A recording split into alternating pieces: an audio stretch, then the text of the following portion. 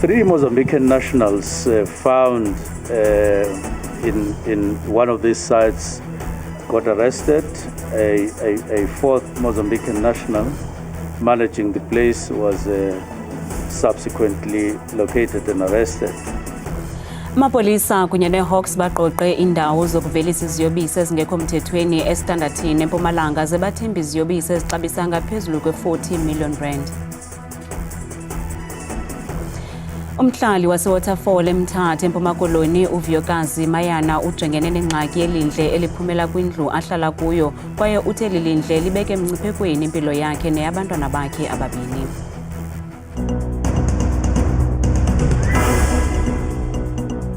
Sinamkele kwindaba zethu handamba ndodwa handamba nophumza sikhumba noyitolikyo lwimi lwezandla Botani Mzonsondo. Umphathiswa wamapolisa uSenzo Mchunu ekhatshwa ngumkomishina lamapolisa kuzwelonke uNjengele Fani Masimula kunye neHawks namhlanje batyelele eStanderton eMpumalanga kulandela ukufunyanwa kweziyobisi kuqoqo oluqhutywe ngamapolisa ekuqaleni kwale veki. Amapolisa kunye neHawks baqoqe umzimveliso weziyobisi neqikelelwa ukuba zixabisa ngaphezulu kwe-40 million zeerandi ukanti sele kubanjwe abantu abasibhozo ukuzakuthika ngoku. Umphathiswa wamapolisa uSenzo Mchunu uthi bengamapolisa bafumene indawo zokuvelisa iziyobisi ezintathu kwindawo yaseStanderton neMpumalanga. Iziyobisi ezifunyenweyo ziluhlobo lweMandrax.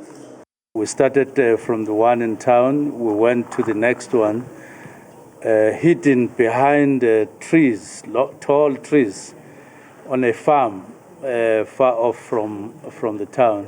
And we're in a farmhouse, which looks like it's an ordinary house, beautiful, everything. But you can see behind us here that one of the things that this house does is to house this part of these machines that were used to produce these drugs. Ukanti abane kwaba babanjiweyo ngabemi baseMozambique. Now, 3 Mozambican nationals found in one of these sites got arrested. A fourth Mozambican national managing the place was subsequently located and arrested. Now, a number of vehicles were seized and we saw them. Some of them very luxury cars. Umchunu uthi ngethuba loqoqo bakwafumene isiqamali esingaphaya kwe-3 million zeerandi. We started at the police station and we saw these luxury cars. They are worth millions, these cars, not just 3 million. But in one of these luxury cars, a sum of 3,689,200 rand was found in the boot of a Mercedes-Benz. Abatyholo basibhozo baselugcinweni lamapolisa kwaye baza kuvela kwinkundla kaMantyi ngomhla wama-25 ku-April. Umbutho weteksi iWATA umemelela ukuphela kwempalalo-gazi seliqhube 10 leminyaka kwishishini leteksi eSoweto eRhawutini. Amalunga lombutho ebethetha kumngcwabo kaBongani Buthelezi belilungu leWATA njengomarshal nowabulawa ngoNgenalusini kwiveki ephelileyo. Oludushe sele lusube imiphefumlo yabantu engaphaya kwe100 ukusukela ngo-April wenyaka ophelileyo. uBongani Buthelezi ubengutata wabantwana abahlanu. Ukubulawa kwakhe kushiye inxeba kusapho lwakhe ngelixa kungenzeka kube likhuba lokuphelisa udushe olugquba phakathi kwemibutho emibini iNanduwe neWATA. Umbutho iWATA uthi sele inguqhelekile ngoku ukubulawa kwabantu ngokungenalusini kwishishini leteksi yaye oko kunefuthe libi kuluntu. Abayobaba abadala la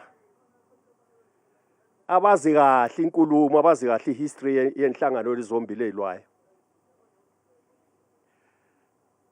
Ayeke umfana owazala ikhehla. Ayeke umfana owazala ikhehla. Sibanga nengane esithola la emsebenzini esimuka amalungelo. Kungakho kunje kuBongani. Asisho ukuthi iNanduwe ningangizwa kabi. Asisho ukuthi yibo abambulele. Kodwa nje kuusiko lasemateksini ukubona kwabantu kanje nangabe inhlangano ezimbili zile. Usihlalo lombutho uthi ubemthabatha njengonyana wakho kaButhelezi yaye wayekuchasile ukusebenza kwakhe kolushishino. Kungenxa yami ngingavumi ngokunjalo naye lo insizwa kaKhumalo ngingavumi angisho ngithi yaphela i4 months ubongane engincenga athi bhuti ngiyacela isimo sami sibi. Kambe olusapho luqejwe olungophiyo njengoko inhloko yekhaya engutata kaBongani yanabela uqaqaqa emveni nje kokuva ukuba unyana wakhe ubulewe. Into engihlelile kuleli viki eliphelile angazi ngayifanisa nani ukuthi ngifike sabizwa ukuthi sihambe siyobona ubhuti wethu eselimele. Sisashaqekile ukuthi sekwenzeka into enje ebuhlungu kangaka. Sekuphinda futhi ubaba ngaguli ukuthi ke ngithi nangu ubaba ulele phansi nangu ubaba usesesibedlela nangu ubaba phinda ngishiya. Izihlobo nezalamane oxa bakhe basempangelweni bamchaze uKabuthelezi njengensika yoluntu ebibakhathalela abanye abantu. Umphefumulo wakhe uphumle ngoxolo. Umhlali waseWaterfall eMthatha eMpuma Koloni uVuyokazi Mayana ujongene nengxaki yelindle eliphumela kwindlu ahlala kuyo uthi wenze konke okusemandleni ukuzama ukufumana uncedo kwiofisi zomasipala wesithili OR Tambo kodwa nangoku usajonge enkalweni kungoku nje lendlu iyadilika ngaphakathi. uMayana uthi elilindle nelizinze kule ndlu ahlala kuyo libeke emngciphekweni impilo yakhe neyabantwana. Lena imeko umama uVuyokazi Mayana ahlala phansi kwayo nabantwana bakhe. Amadonga ayadilika kunye nevumba lelindle elinganyamezelekiyo lenza kube nzima ukuphila kule ndlu kwaye le meko ibeka ubomi bosapho lwakhe emngciphekweni. Abantwana bami abathathu bahamba aba baye baba ne-TB ngenxa yale toilet bayiphefumulayo apha endlini bahamba bayohlala kwenye iyadi lapha ngasentla bayarenta kuloo yadi nam ndingulo utya iipilisi zika-HIV kodwa uhlala kuloo meko and eyona wari yam inkulu le ndlu xa isiwa uyimini iwa ebusuku kanjengoba nangoku igqibowa ngalo 5 wasekuseni sithetha ngayo ngoku iwa ebusuku iyawuze iwe ndelapha ngaphakathi indibulale kube khona ke ngoku uzothiwa iwile indlu yakwaMayana makahambe kuyongcwatywa. Intombi kamama uVuyokazi icela ukuba umasipala wesithili OR Tambo angenelele phambi kokuba kubekho umuntu ophulukana nobomi. Umzi uyaphela siwujongile and mna ndisahlala apha ekhaya ndaphunyiswa bubo obumanzi kuba nabantwana abancinci abanesifuba omnye unesifuba ngenxa yale meko yale storage yenzekayo apha endlini. Uceba kule ndawo uthi le ndlu ayibhaliswanga ngegama likamama uVuyokazi nto leyo engumqobo kwinzame zokumnceda. Enye into singakwazi ukumncedisa kuzo kubana umzi lo ahlala kuwo awubhaliswanga egameni lakhe. So there was a bit of a challenge ukuthi into bana abe umzi engabhaliswanga egama lakhe asakwazi ngoba siyakwazi ube siyamakhela. Nangona kunjalo uceba uthi zikhona iintshukumo ezenziwayo zokunceda kweli khaya. We have to find a solution kule meko kamama uVuyokazi of which enye yazo lebesenditshilo earlier on into bana kukulungisa le old sewer infrastructure khona apha kuthi eziwadini. So enye solutions sikwazi uzenza now in the meantime while sizakhangela indlela singamkhupha njani kule meko kuyo. Ukanti inzame zokunika ithuba umasipala ukuba aphefumule ngalomba ziwe phansi. Kubhengezwe uluhlu lompondo zihlanjiwe balonyaka kwezobugcisa kumsitho weStandard Bank Young Artist Awards osindlekwe yi-National Arts Festival. Ukanti sekuphela iminyaka engama-40 asungulwa lamabhaso athatyathwa njengencindi yenkuthazo kumagcisa. Kubhengezwe amagcisa angawona 12 intshinga yeStandard Bank Young Artist of 2025 njengoko ingawo agqwesileyo ngemisebenzi yobugcisa. I am a singer, songwriter, folklorist, and I mostly sing in Tshivenda intentionally as a way to preserve the language and as a way also to sort of bring more awareness to a language and a group of people that I feel are underrepresented, not just in media, but I think in all of the world that I encounter. My medium is primarily spoken word poetry, which is performance poetry. It's poetry that lives on stage, that uses a lot of musical elements, at least for me personally. My next aspirations for the next few years, it's really to come into very much policy making of the arts. I think we still need great leaders who are really passionate, who are really going to stand for the artist without compromise. It's an incredible honor. One wasn't foreseeing that they would be able to reach that kind of milestone, especially in a very young career. Like, it's been 10 years of doing this professionally. Kambe lamabhaso athe qolo ukuba sisiqalo sokuphakamisa igama lamagcisa kwanetalente yeli loMzantsi Afrika. It's quite exciting to be celebrating the 40th anniversary of the Standard Bank Young Artist Award. I think looking back and acknowledging that it's been 4 decades, it simply tells you the significance of the arts to South Africa. Xeshikweni kubhiyozelwa isizukulwane esitsha kwezobugcisa, kukwanikwa imbeko kwimibono yamaqala ezobugcisa abumba inkcubeko yesizwe kule minyaka engama-40 adlulileyo. Igcisa nomdanisi ophambili uVincent Manswe noyinzalelwane yeli nozinze kungoku nje kwilizwe laseFrance ukudanisa kuye sisipho esinqongopheleyo sokugqithisa umyalezo eluntwini esebenzisa isakhono sakhe ukanti besinodliwano-ndlebe nalo mdanisi waziwa lihlabathi ngokubanzi esichazela ngohambo lwakhe kwakunye nomdaniso wakhe omtsha. uVincent Manswe wazalelwa waza wakhulela eSoweto kwaye umsebenzi wakhe uphenjelelwa zinkcubeko zoMzantsi Afrika. Wazibandakanya nenkqubo yoqeqesho lwe-Moving into Dance kwaye waba ngumdanisi wase-Afrika kunye notishala oyintloko. For me, a dancing movement, is really about a process of a self-healing and also a healing, for the people who are watching, because it's a very powerful tool, how you interpret the movement, again, depending on what is your intent or your intention, based on whatever you want to do. Sithetha nje uzinze eFrance udlale kwiminyhadala emininzi phezulu yamazwe ngamazwe waze wafundisa kwiiyunivesithi ezininzi kwaye sele ezenzele igama kwihlabathi liphela. I had a privilege of going to Namibia to the Kalahari. For me, what was very striking was just to see the beauty of the desert, but then at the same time the extreme heat.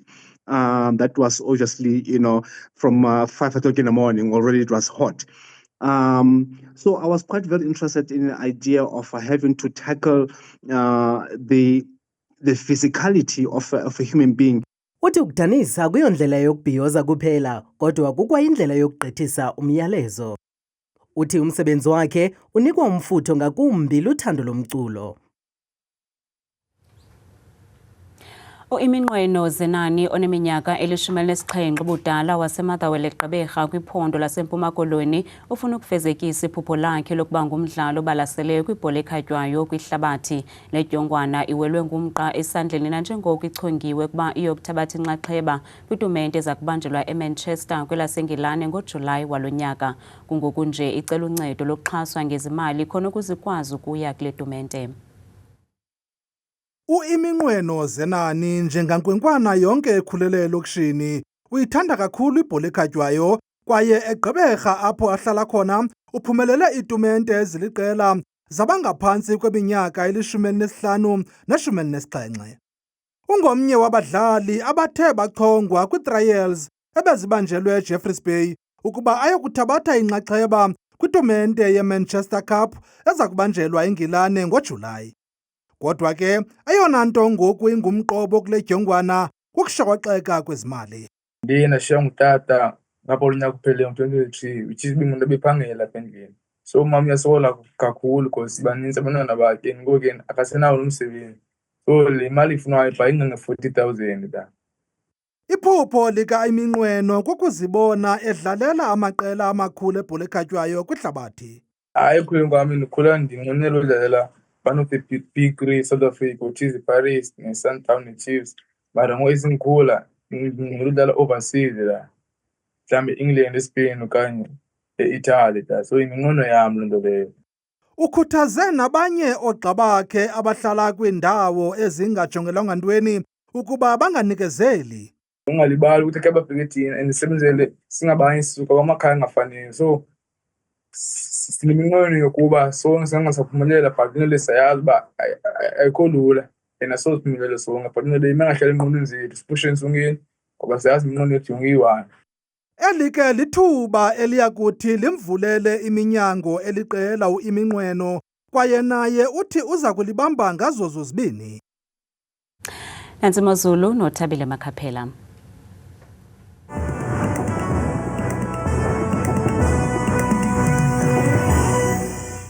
Kakhulu kamamqwathi nomamzangwa kudeska yendaba ndiyakubulisa nawe mbukeli apha ekhaya ndikwamkele kaloku edeskeni yam yeMozulu nakho igama lam ndinguThabile Makhaphela inzwakazi yasebathenjini mvanje ke nantsi iMozulu leyo ke yesiye sivule kaloku apha ekhaya ngokuphawula kalo mfanekiso wethu wokuqala ke ogxinisa ngamandla kaloku mbukeli kwiziganeko zamvanje kuMzantsi Afrika uphela noko phaa imeko kakhulu iyathembisa futhi noko akutshila kamnandi nje phakulo lonke futhi elaphondo lapha koFreystata ngamandla kwincam yelaphondo ubusevelkom umzekelo kwasekuseni futhi bevuswa phaya lishubi nje elikhetho sisihlanu baqhubeke beluqukumbela belusonga usuku lwabula ngomso phaya ngamashumi 20 akhetho sisipozo yona ke amaqondo wakho ubukelo amaphansi naphezulu ngokuqala nqa iphondo kuphaya kaloku empuma koloni ngamandla phako Alvane Beggersdorp nasemthetho phaya kuseni futhi qaba nje ngamafu nezo ntshizane yonke intsasa ngeshumi nje elikhetho sisibini kanti ke zebaphile ngolhlobo phaya ephondweni laseFreystata ngamandla futhi kumazantsi walaphondo napha kumbindi futhi eFixburg phaya kuseni futhi ngabanda mpela ngesithoba baqhube futhi nezomvula nendudumo yonke nje lamva kwedinala bona ke amaqondo akho mbukelo wami ekhaya aphansi naphezulu phaya ephondweni lasentshona koloni ngamandla futhi kwimpuma yelaphondo kuphaya eOudtshoorn umzelo wasekuseni futhi qaba ngamafu ngeshumi nje elikhetho sisithoba nazi bathela kaloku iMozulu phaya ephondweni futhi laseNorthern Cape ngomso ngamandla kwindawo ethanda ukuphakama kolaphondo njengapha kaloku kokurumane ekuseni futhi kuyaduduma kuyabaneka futhi kunetha nje yonke lantsasa naseKimberley bevuswa ke ku-16 degrees bona ke sebenje phaya ephondweni laseNorthwest ngomso ngamazantsi futhi pha kaloku eMorulenge ekuseni nakoBloemhof lishumi nje likhetho sisithandathu napha eKlerksdorp kwimpuma yelaphondo kwasekuseni futhi ku-14 degrees bona ke benje phaya ephondweni laseGauteng ngamandla futhi amazantsi eSprings kwasekuseni konke kamnandi futhi ngala 11 degrees napha kuNdlunkulu eTshwane kwasekuseni lishumi nje elikhetho sisithathu yona ke bukele ekhaya iMozulu yenje phaya ephondweni laseLimpopo eliphakame kakhulu ke apha eMzantsi njengapha koThoyendo ngamafu nje beko kakhulu phaya ekuseni kakhulu naseMusina bevuswa nje inqatsini yelanga ngeshumi elikhetho sisipozo sehle njalo sithe chu phaya kaloku ephondweni lasempumalanga njengapha kumbindi walaphondo futhi emalahleni nakombombo lapha ekuseni futhi ngala 12 degrees napha eMelo kusanetha yonke lantsasa ngo-11 degrees bukele ekhaya okokugqibela nqa phaya kaloku kwaZulu Natal njengapha kumbindi wakhona ePietermaritzburg kwasekuseni kuyaduduma kuyanetha nje intsasa napha eThekwini futhi ngo-22 degrees mna ndikuthanda kangaka xesha lemiyole